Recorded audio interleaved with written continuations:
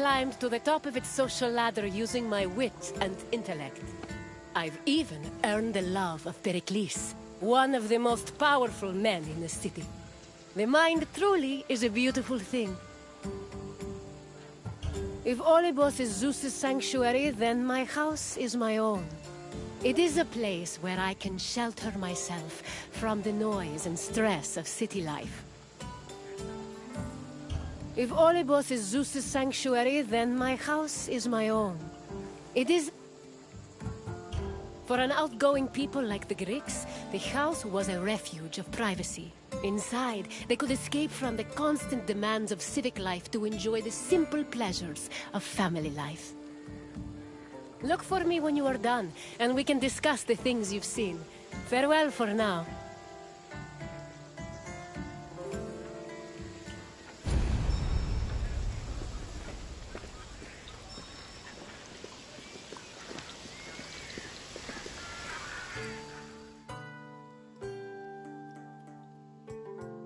The house, or oikos, was a residence for Greek families and their slaves. Contrary to modern houses, which look outward, the Greek household was built to look inward on a courtyard. The courtyard was the house's central fixture. It was the building's main source of daylight, and also the location of religious altars dedicated to worship. The building itself was made up of familiar accommodations, including bedrooms, storage rooms, a kitchen, and a living room. Women were generally in charge of tending to the home, which in Greece was called oikonomia, a term that inspired the modern word economy.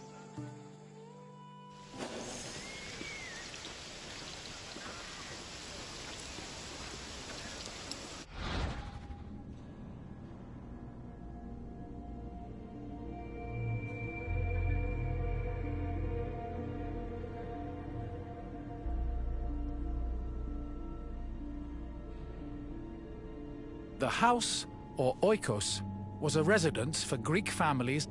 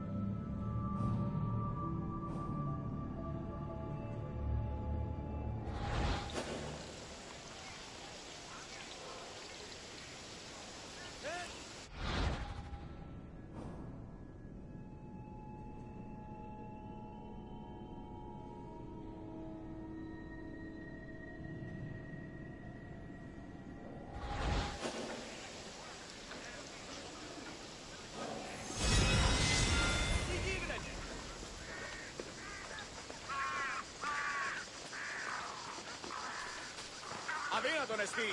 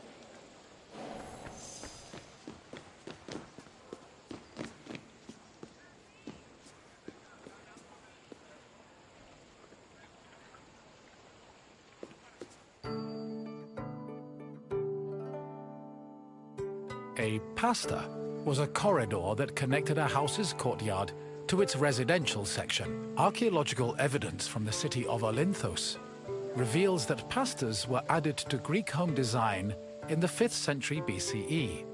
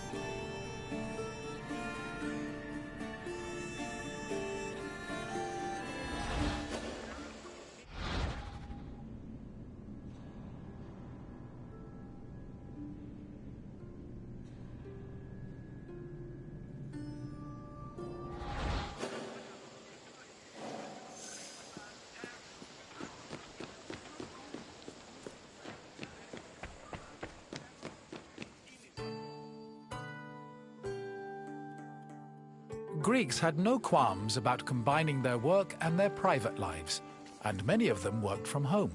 Artisans like blacksmiths, sculptors, and potters often had workshops in their houses. Some even operated small stores to sell their work. Similarly, doctors were known to treat patients in special offices located in their homes. Women also worked in the house and were responsible for making textiles, as well as producing clothes and supervising weaving, which was carried out by slaves. If the household was wealthy enough, they could even produce a surplus of textiles to sell in times of financial difficulty.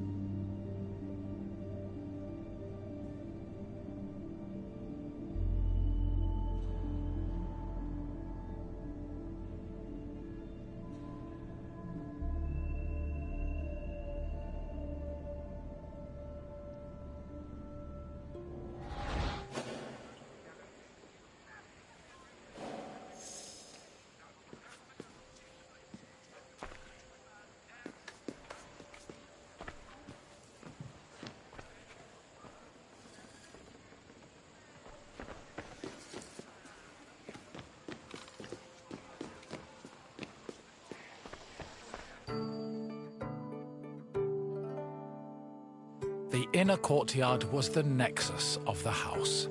Functionally, it allowed air to circulate and also provided access to most of the rooms. It also sometimes housed a well or a cistern that collected rainwater.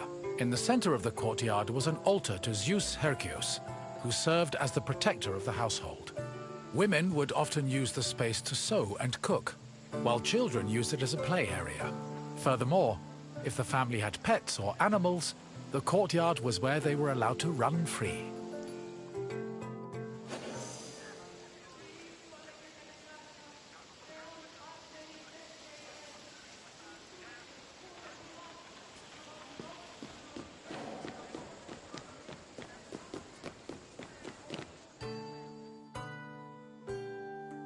The bathroom was located in the back of the house. Much like today, it was used for cleaning and washing, although the Greeks used chamber pots instead of toilets.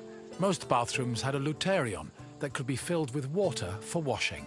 Mirrors, razors, strigils, and sponges could also be found in the bathroom, along with small vases called arebaloi, which were usually filled with perfume or oil.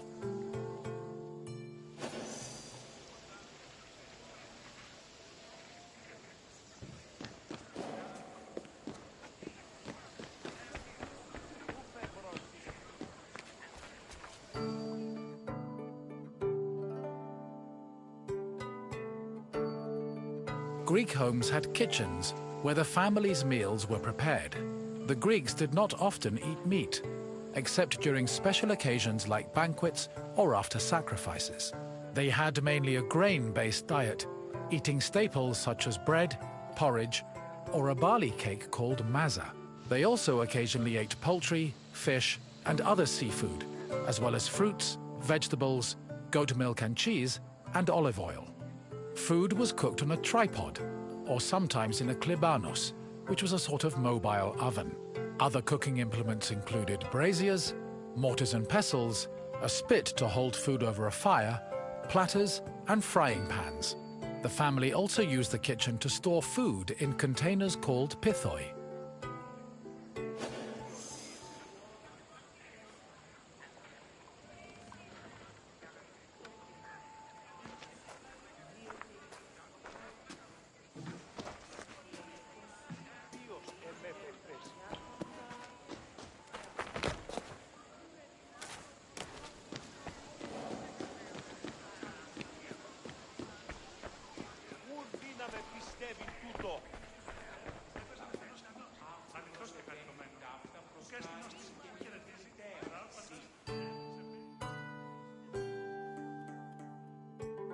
Symposia were major social institutions in Greece.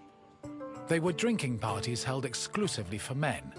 The party took place in the men's section of the house, the andron, where residents and guests reclined on special couches called klinai. Food was served on low tables set in front of the couches, while wine was placed in a crater in the center of the room. During a symposium, men drank, sang, had philosophical discussions, and played games like kotobos. Musicians, dancers, and even courtesans were often welcomed to attend as well. However, wives and daughters were always excluded.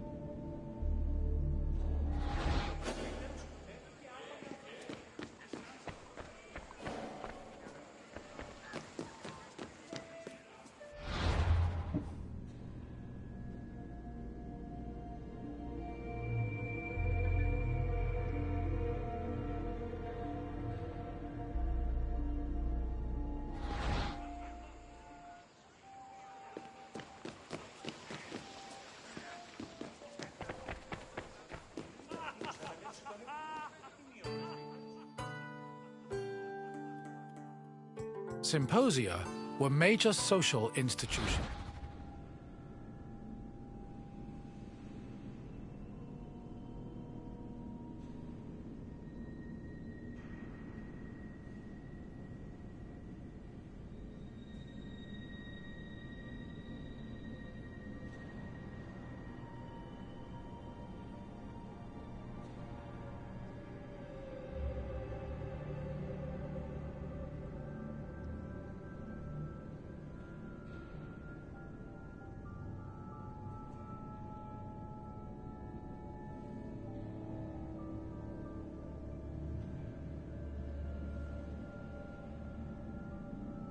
In Greece.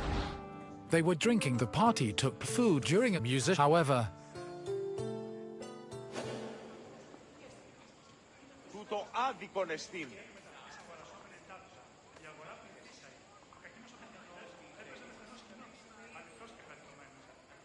Τι στον κόρακαν.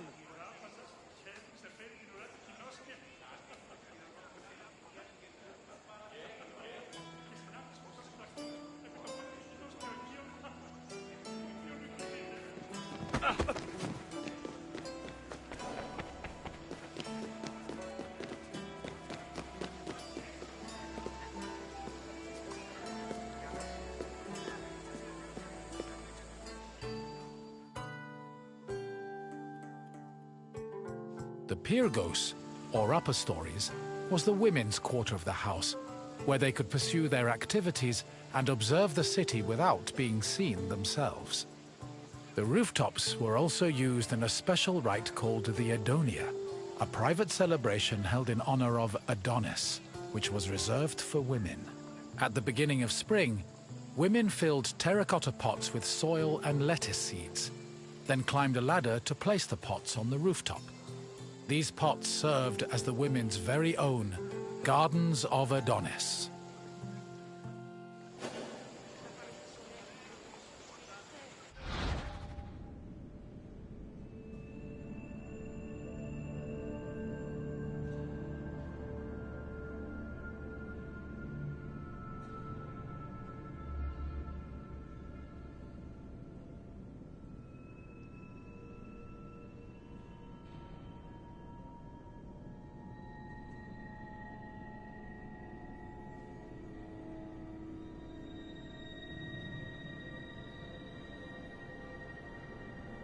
The Pyrgos, or upper story.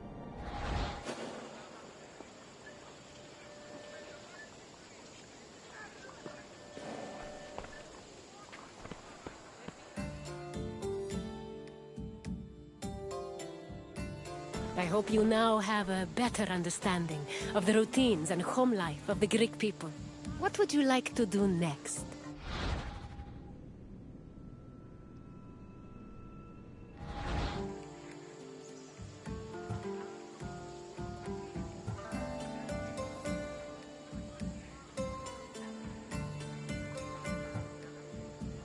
As you wish. Come with me.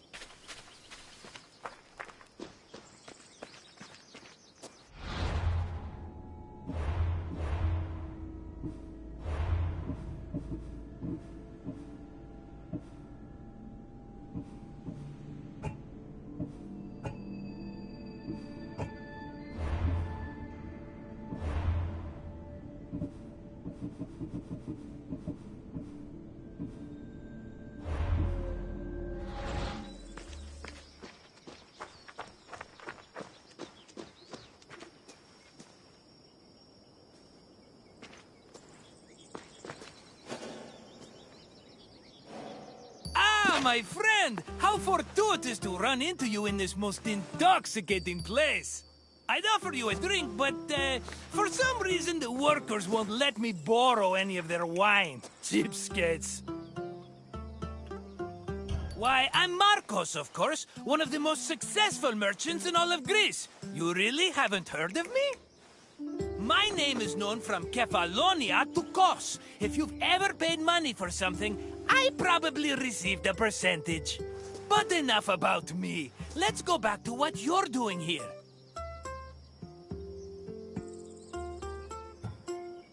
You know, I once started my own wine business on Kos.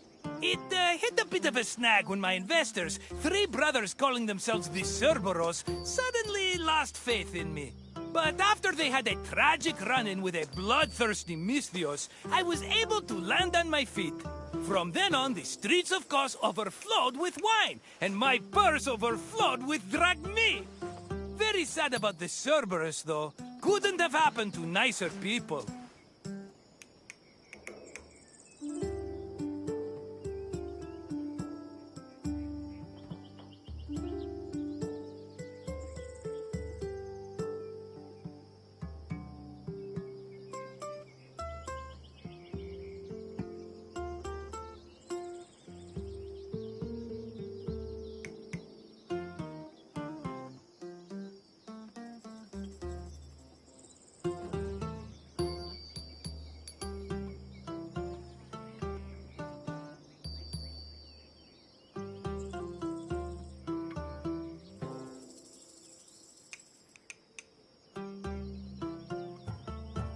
As you can probably tell by all the grapes, this is one of Greece's many vineyards. Wine was an essential part of Greek culture, and this tour will take you through how it was made. In addition to being delicious, not to mention lucrative, wine was an important part of Greek economy. I promise I'll meet you at the end of your visit, my friend. See you soon!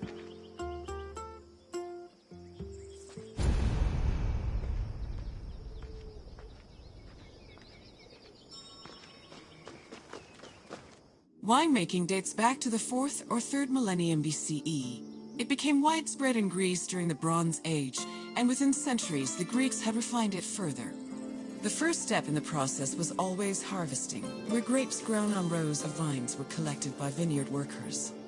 According to Homer, harvesting was often accompanied by music to give it a more festive atmosphere. Ancient Greek wine mainly came in 3 different varieties: Osteros, Glucathion, and Autokratos. It could be flavored with spices, herbs, resin, and even perfume. It was also much stronger than modern wine, with an alcohol percentage of approximately 16%. Because of this, the drink was mixed with water to make it more palatable.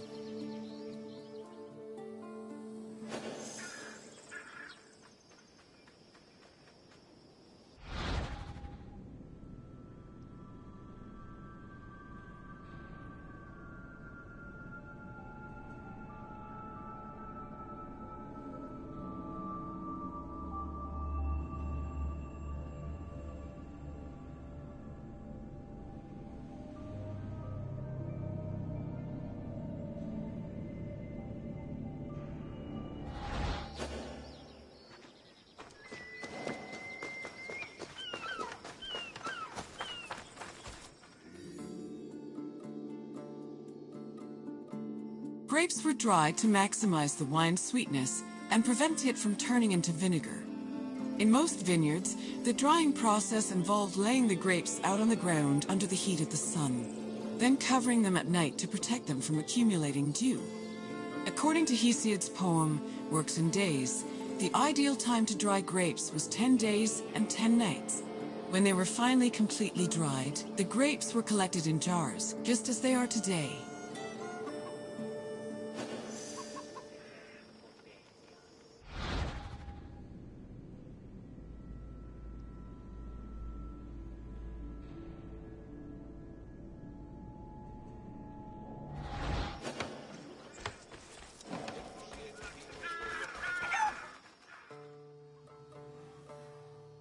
The Greeks had many methods for crushing the harvested grapes. The most common technique was to use a lenos, a large treading vat where workers stomped on grapes with their feet. Alternatively, the Greeks sometimes crushed the grapes by hand using a strainer, mashed them with a mortar and pestle, or squeezed them using a tool called a sack press.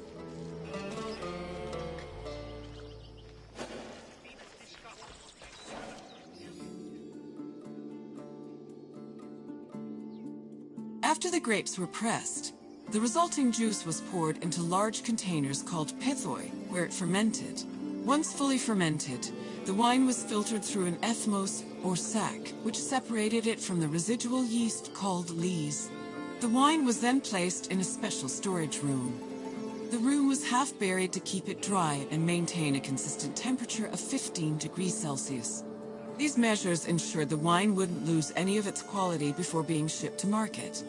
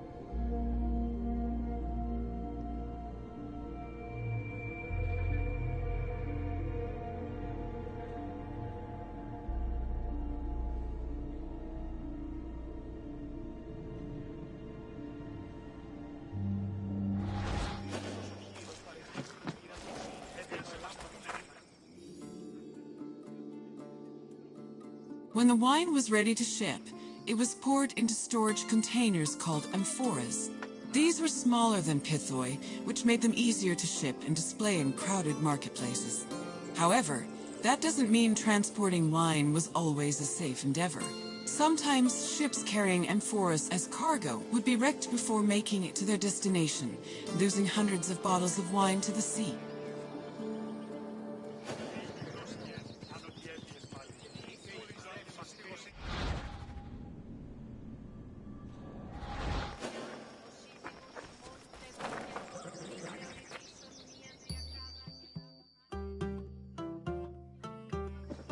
My friend, are you drunk with knowledge? I hope you enjoyed yourself learning about all the picking, stumping, and bottling that goes into making Greece's favorite beverage.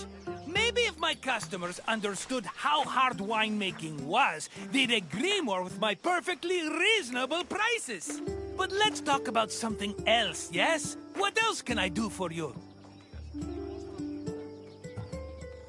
You want your intelligence tested? Well, let me tell you, my friend, no one is more qualified for that task than me. Let's get started. What container was used to ship wine to the market?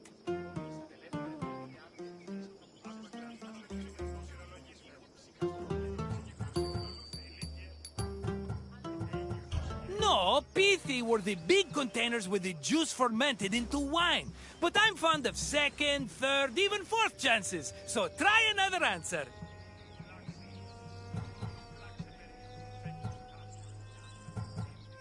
The linos was the vat where workers pressed the grapes. Keep trying, though. What container was used to ship wine to the market? And ithmos was actually a strainer, not a container. Although both words end in einer, so I understand the confusion. Try again.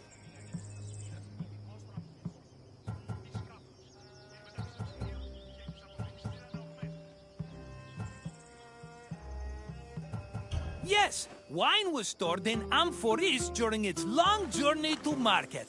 Here's another question. Which of the following wasn't a type of wine variety?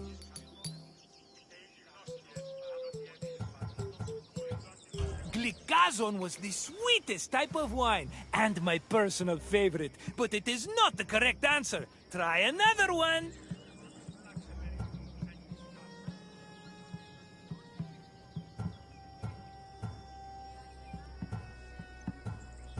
No, Aftokrator was wine.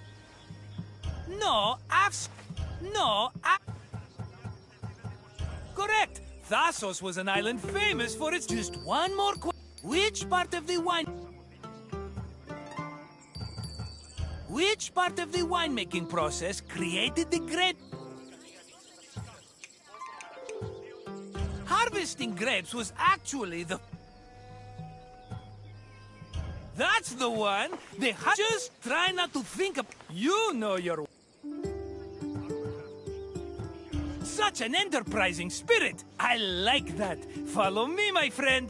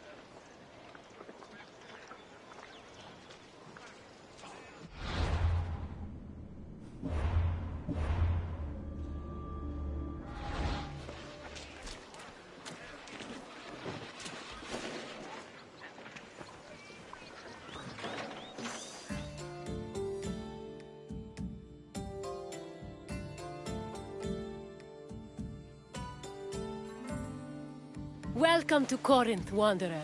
I have a special visit planned for you today. It's an intimate, informative look into the daily lives of Greek women. My name is Aspasia. Though I am not originally from Athens, I have climbed to the top. I've even earned the love of Pericles, one of the most powerful men in the city. The mind truly is a beautiful thing. It's amazing what women could accomplish while men spend all day trying to out-debate each other at assembly meetings. Their work should be far more appreciated on the whole, but we're going to acknowledge that now.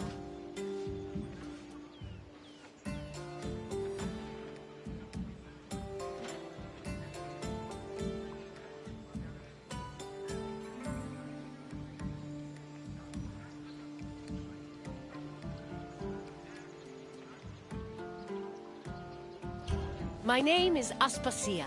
Though I am not arrived even, the mind through. Corinth was one of the largest cities in ancient Greece. It had an estimated population of 90,000 in my times, and much of that population was made up of women. This tour will shine a light on those women and look at how they lived on a day-to-day basis. Look for me when you're done with your visit, and we can discuss things further.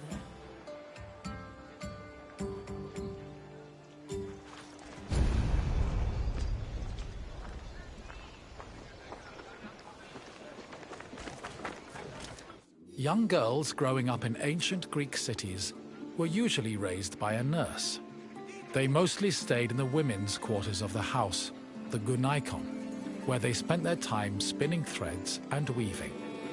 While there is not much historical evidence of young girls at play, especially compared to boys, it was still known to happen. For example, an ancient terracotta group depicts two girls playing ephedrismos.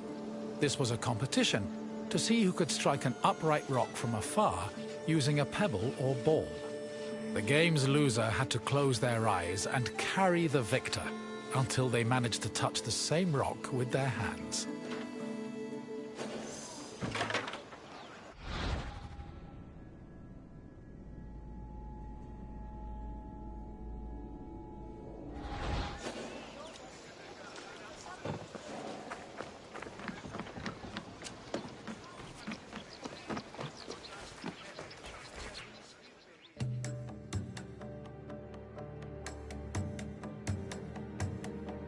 For a young Greek woman, marriage was the culmination of their induction into society.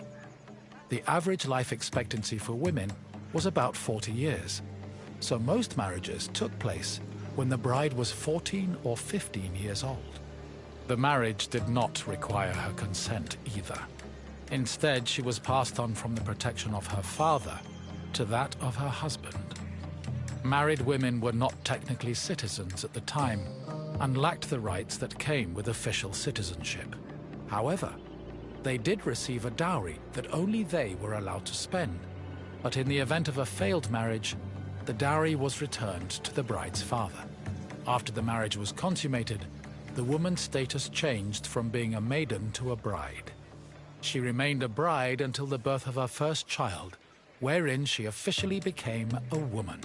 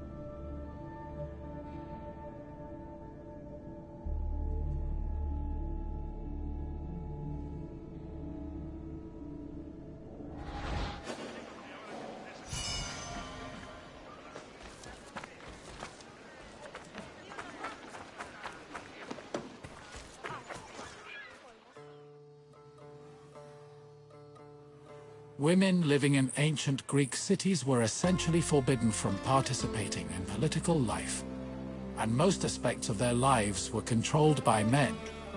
Their most important responsibilities were running the household and giving birth to children, preferably boys. Most of the time, women's excursions outside of the house were limited to visiting other female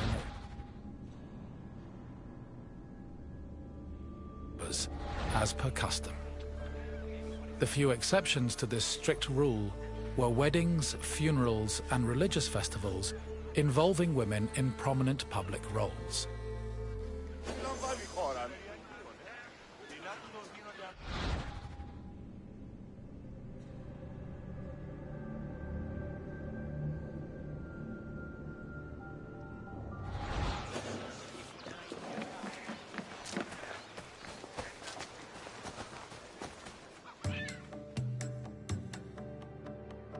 Making textiles was the main occupation of most Greek women.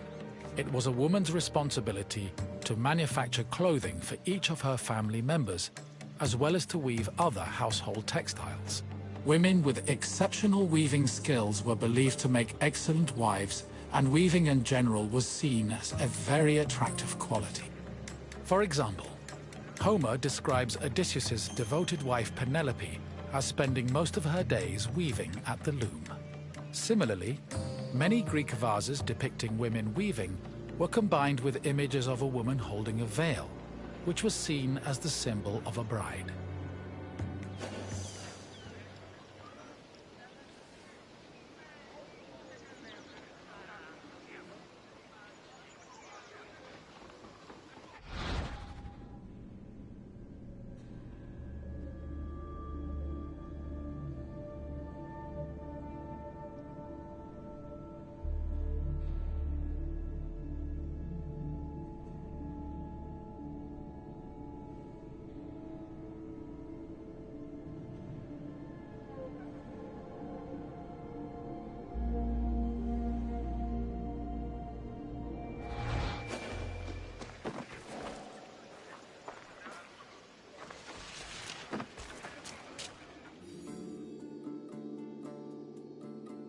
Ancient Greek women cooked in their house's kitchen area. However, since their cooking equipment was small and portable, they also sometimes prepared meals in the central courtyard. This was also where women performed other domestic activities. These activities were rarely seen by visiting men or passers-by, because the architecture of classical Greek houses facilitated the social norm that women should never be seen at work.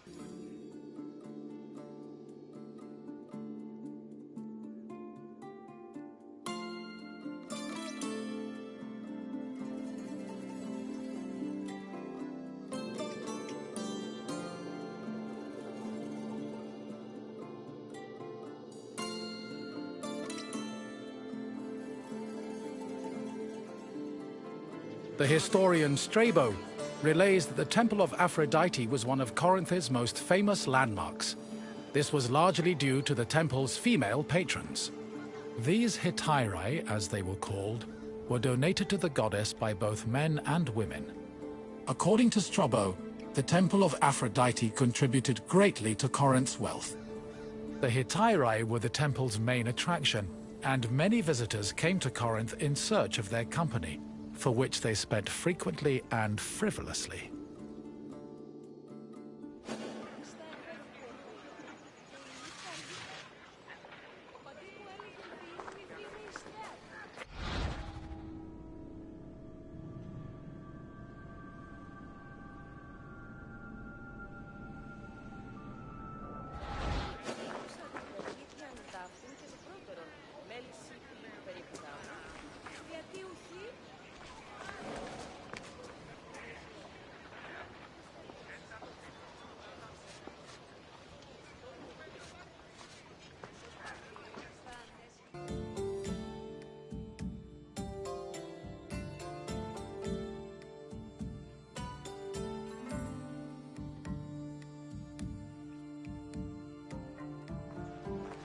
Hello again, Wanderer.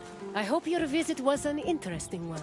Greek women lived very restricted lives compared to men, but throughout it all, they held on to their strength and dignity. Is there anything else you'd like to do?